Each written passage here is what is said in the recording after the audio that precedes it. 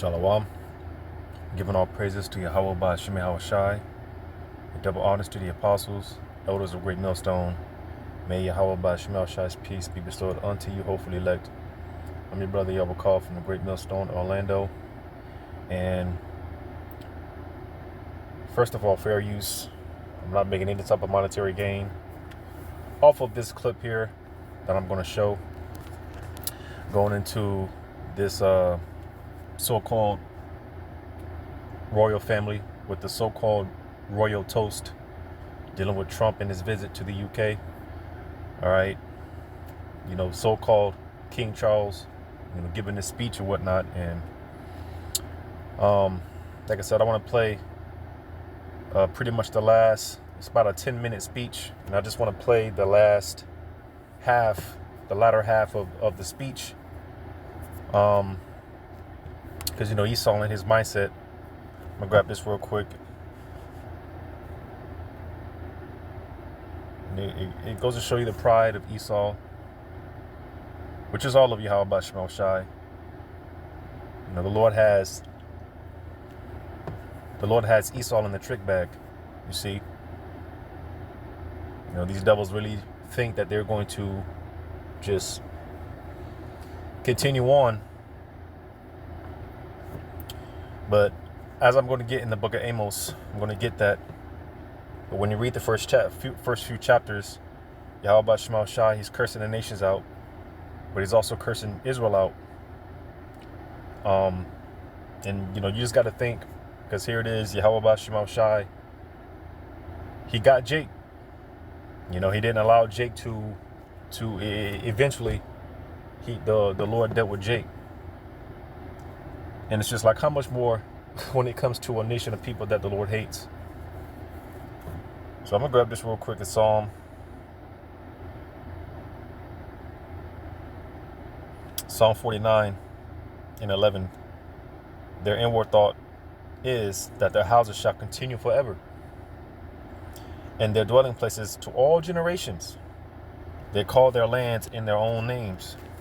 Slaki, they call their lands after their own names. And that's what inspired me to do this video through the Spirit. As we're going to see here, to the so-called King Charles, he's basically just going into UK and America, the history, and pretty much like a relationship, the ups and downs, all that we've been through. It's kind of that ordeal. And, as it's going to show here in this clip, in this speech, he's going into the future generations. You see, so like I said, in their dwelling places to all generations. So again, Esau, he thinks he's going to continue to rule without the intervention of Yahweh Shemi Hawashai, Yahweh sending Yahweh Shai. That's just how Esau thinks. So with that being said, again, fair use. I'm not making any type of monetary gain. This is just for informational purposes. Without further ado. Today, our alliance spans every field of endeavor and shows vast potential for growth. The United Kingdom was your partner in the first trade deal of your administration, Mr. President, bringing jobs and growth to both our countries. And no doubt we can go even further as we build this new era of our partnership. Our two nations have an exceptional legacy of shared discovery. Together we laid the foundations of nuclear science, mapped the human genome, and built the internet, upon which all contemporary commerce, communication, and defense is based. Together, our scientists and engineers are shaping the world of tomorrow, not least with new partnership agreements on technology and the prosperity that stands to bring. Our countries have the closest defense, security, and intelligence relationship ever known.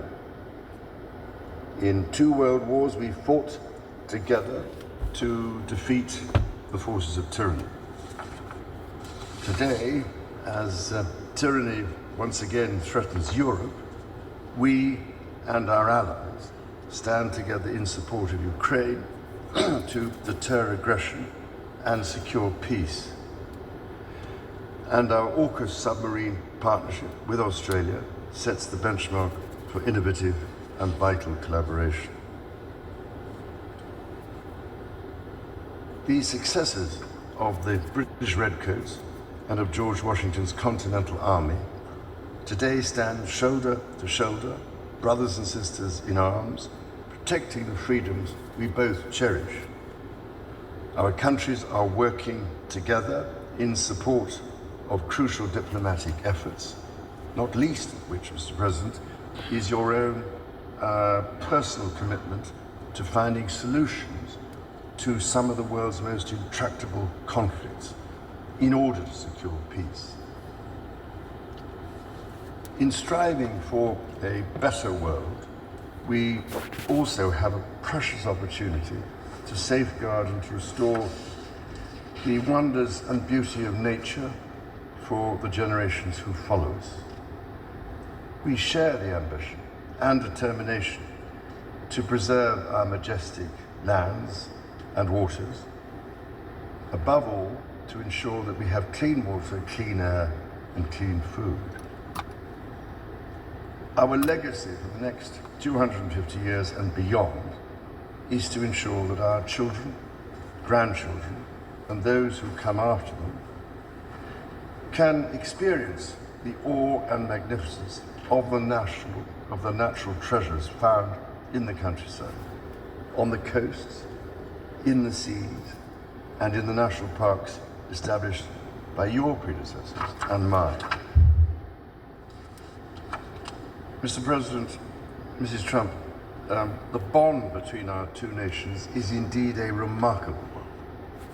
Forged in the fire of conflict, it has been fortified through our shared endeavors and burnished by the deep affection between our people.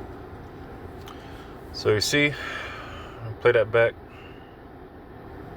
The successes of the British Redcoats and of George Washington's Continental Army today stand shoulder to shoulder, brothers and sisters in arms, protecting the freedoms we both cherish.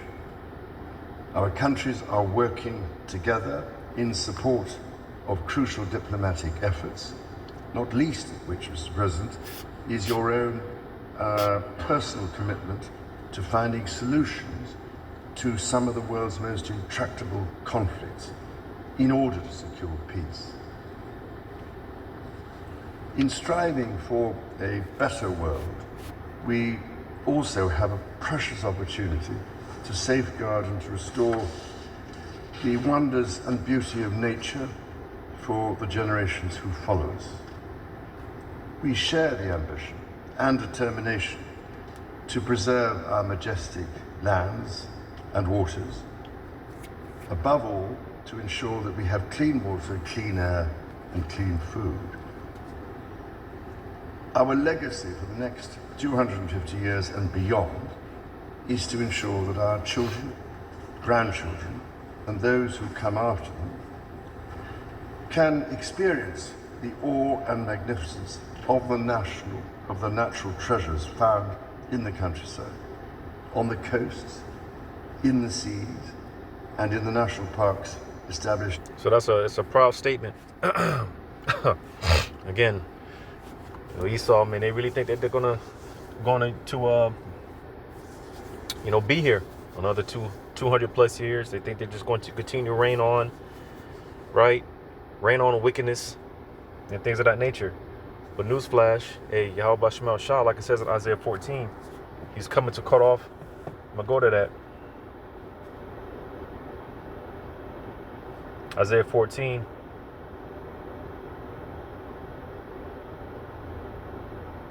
I'm gonna start at verse 22. For I will rise up against him.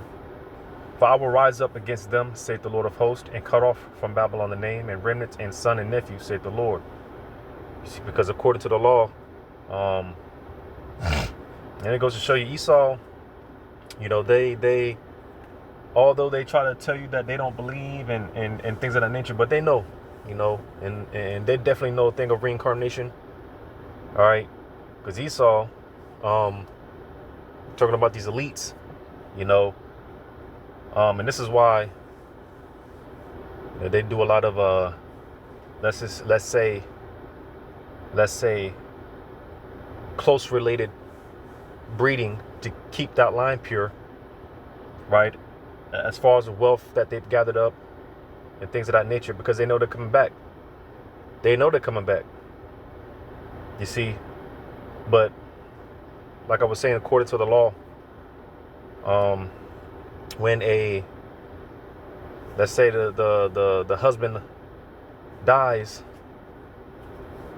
according to the law, that wife, that widow of that husband, she would often send a law that she could marry the brother of that husband to bring back that seed, to keep that seed, bring back that seed line, be an incubator for the seed line, because of course, your nationality is determined by your father. So that's like I said here, the Lord is going to cut off the remnant and the son and the nephew. So it's going to be a complete cutting off. All right. But going to this here, as much as they're talking about 250 years from now, because, America is coming up to its 250th anniversary. All right. You just had the celebration of the military. And it goes to show you how close we're at the end, because, the information has been coming out from the Apostle Tahar and brothers and elders about the average span of an empire roughly being 250 years. So, in light of America's coming up upon America's 250th year anniversary, right? So now they're talking about another 250 years for the next 250 years and for the future generations and things of that nature. Well,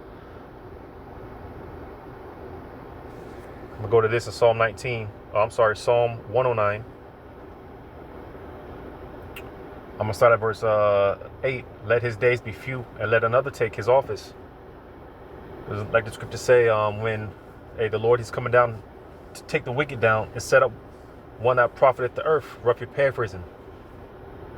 And we're currently in the paradigm shift of Esau going down and Jacob on the rise. All right. The kingdom of Israel, Yashar Allah. All right. And again, like I quoted, roughly paraphrasing, in due time, the Lord is going to set up one that is profitable. All right. Because in light of this, I just did this video the other day about how, Trump's visit to the UK. Did the video going into how, like the scripture say, your mother being so confounded and ashamed of you, roughly paraphrasing, not Jeremiah 50, right? You have a lot of those Brits, those Edomite counterparts, because those Edomites over there, they're none but Edomites living in the land of the UK. But nevertheless, they're protesting Trump's arrival. They're protesting his visit. You see, because again, when the wicked are empowered, the people mourn. So in due time, the Lord's getting ready to set up one that's profitable unto the earth. Starting with the Israelites, Yahushua first and foremost. By default, is his kingdom. All right. So again, in Psalm 109 and 8, let his days be few and let another take his office. Because, Esau's all those been to us so many years, so long. But the scriptures talk about, basically in not so many words, Esau, his rulership is going to be very short-lived. The Lord didn't even allow this man to rule a full day, according to the Lord, which is 1,000 years on earth. So he's really only been for a moment. All right. But it says, let his children be fatherless and his wife a widow. Let his children be continually vagabonds and beg. Let them seek their bread also out of their desolate places. And you see Esau, he's returning to the basis of men. All right. Welcome home, you bitch, you. And like my beloved brother Damawati says, hey, because you see a lot of homeless Edomites, man, and hey, that shit looks good on them. Poverty looks good on Esau, because that's where he belongs. It says, let the extortioner catch all that he hath, and let the stranger spoil his labor. Let there be none to extend mercy unto him, neither let there be any to favor his fatherless children. And these are the reparations, the true reparations that we're seeking, that we want. We don't want that fake money, that fiat currency. All right. We want you as a possession, boy. As he did with us. That's why, hey, what Esau did to the Lord's people, the Lord's going to allow us to render double unto Esau. And that's going to be in righteousness, because you best believe there's not going to be any buck breaking or anything like that. No trafficking rings or anything like that. All right. Everything's going to be done in righteousness in the realm of the law. So with that being said, hey, Esau's going to get it. It says, let his posterity be cut off, and in the generation following, let their name be blotted out. You see, so that's the point there, going into that posterity, which goes into basically generational wealth. Basically, Yahweh Shema Shah is going to cut that off. All right. It says, let the iniquity of his fathers be remembered with the Lord, and let not the sin of his mother be blotted out. Let them be before the Lord continually, that he may cut off the memory of them from the earth. So you see, man, Yahweh Shema Shah, as I read in Isaiah 14, Esau's getting ready to be cut down. All right.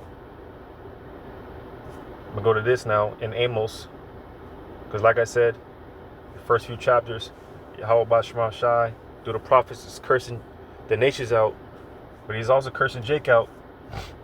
All right. Because, when you read on Isaiah 4, a part of why, when you go into what these nations and Jake, what they were doing in the land, that's why the Lord he just basically kicked everybody out the land. All the nations, including Israel, was going off. And a part of why the Lord got at Jake was you had certain Jakes that were set up in high positions. It's the same thing that we see today. Jake, so-called leaders exploiting the Lord's people, making merchandise to the Lord's people. It was the same thing throughout the different times in history, but in particular here, before the Lord sent the Assyrians, if I'm not mistaken, one of the things that was being called out was these Jakes that were in these higher positions as far as money. They set Jake up. They were setting the poor up. All right, the less fortunate Jakes, basically setting them up for slavery, because they were setting these deals up with the less fortunate that they knew they couldn't pay back. You see, so the Lord was cursing Jake out, because when you get into the history, through the system of King Solomon, what he set up, a lot of nations became rich. A lot of Jakes became rich. A lot of Israelites became rich, became wealthy. And again, they were exploiting their own people.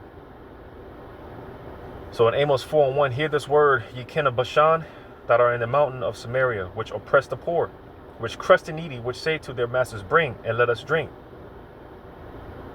The Lord power hath sworn by his holiness, that lo, the day shall come upon you, that he will take you away with hooks, and your posterity with fishing hooks. So you see, all that wealth that Jake accumulated, exploiting their own people, making merchandise of their own people, the Lord's people. All right, the Lord was gonna cut all that shit off. All right, and it was short lived. But to apply this to Esau, all right, again going into that posterity. All right, again, that generational wealth, right? Esau talking about for the next 250 years, our sons and our sons' sons. Yahweh Shema Shah is getting ready to cut all that off. As far as Esau, his remembrance, his so-called legacy, right? And things of that nature. And it's cold because, hey, all that gold, all the riches and wealth that they've stolen, going back to the temple, our temple, going back to King Solomon, You know, it's cold because they're gonna have to cough all that up. They're gonna have to cough all that gold, all those resources. They're gonna have to cough that up because Yahweh Shai is coming to reclaim what was stolen from him. Because again, it's cold. Yahweh, what they stole, they when they sacked the temple, they took all those goods, right? From the temple, right? And Yahweh Shai is coming to reclaim what belongs to him in the first place. So it's cold. You know, the way that the Lord set this up, man, it's cold. They had to cough all that back up. It belongs to the Israelites anyways. Starting with Yahweh Shai first and foremost. But Yahweh Bashim Shai's coming to cut your legacy off. You know. And it's something I meditate on all the time. Like, imagine that. Imagine that. Because there's going to come a point where in the kingdom, and I'm talking about after 1,000 years, when, you know, our generations, our future generations, our sons and daughters, they're not going to know what an Edomite was. You know, you're going to have those that are born during that first day in the kingdom, that the first 1,000 years in the kingdom, and Esau's going to be around. But after 1,000 years, when Esau's exterminated and his remembrance is completely wiped off, he's completely annihilated. And when Yahweh Shema Shah fulfills this, what he said he was going to do, as far as cutting him off, you're going to have those sons and those daughters. They're not going to know what an Edomite is. So imagine those conversations. imagine that conversation. So, hey, the Lord is cold, man. All right. The Lord is cold. But like I said, man, this devil, this is how he operates. You know, he really thinks he's just going to continue. He's just going to continue on. And newsflash, hey, hey, big brother's coming. The king is coming. All right. But hey, it's all a part of the Lord's will. It's all a part of his program. You know, and it is what it is at the end of the day. Lord, one of this was edifying. All praises to you. How about Shema Shai? Shalom to you. Hopefully, elect.